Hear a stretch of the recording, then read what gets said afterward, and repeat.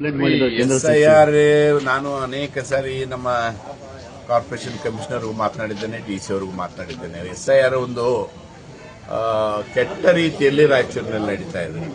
ಎಲ್ಲೋ ಕಲ್ಯಾಣ ಮಂಟಪದಲ್ಲೋ ಯಾರೋ ಮನೆಯಲ್ಲಿ ಕುಂತು ಒಂದೊಂದು ಮನೆಗೆ 50-60 ಫಾರ್ಮ್ಗಳು ತಗೊಂಡೋಗುವಂಥ ಕೆಲಸ ಆಗ್ತಾ ಇದೆ.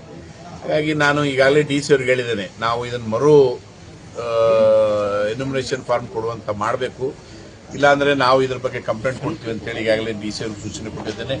DC ಅವರು ನಾಳೆ ಮುಖ್ಯಮಂತ್ರಿಗಳು ಗುಲ್ಬರ್ಗಕ್ಕೆ ಬರುವ ನಿಟ್ಟಿನಲ್ಲಿ ನನಗೊಂದು ದಿನ ಟೈಮ್ ಕೊಡ್ರಿ ಸರ್, ನಾನು ತಮ್ಮ ಜೊತೆ ಚರ್ಚೆ ಮಾಡ್ತೇನೆ ಅಂತೇಳಿ ನನಗೆ ಆಶ್ವಾಸನೆ ಕೊಟ್ಟಿದ್ದಾರೆ.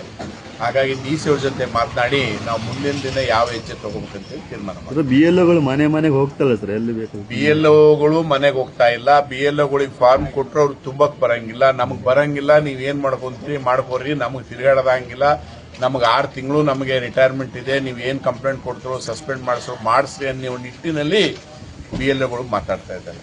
ನಾವು ಅಧಿಕಾರಿಗಳ ಜೊತೆ ನಾವು ಮಾತಾಡಲಿಕ್ಕೆ ಆಗಲ್ಲ.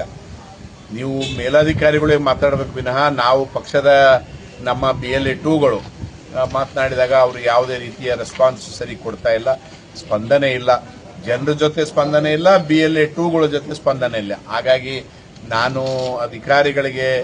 ಮೇಲಾಧಿಕಾರಿ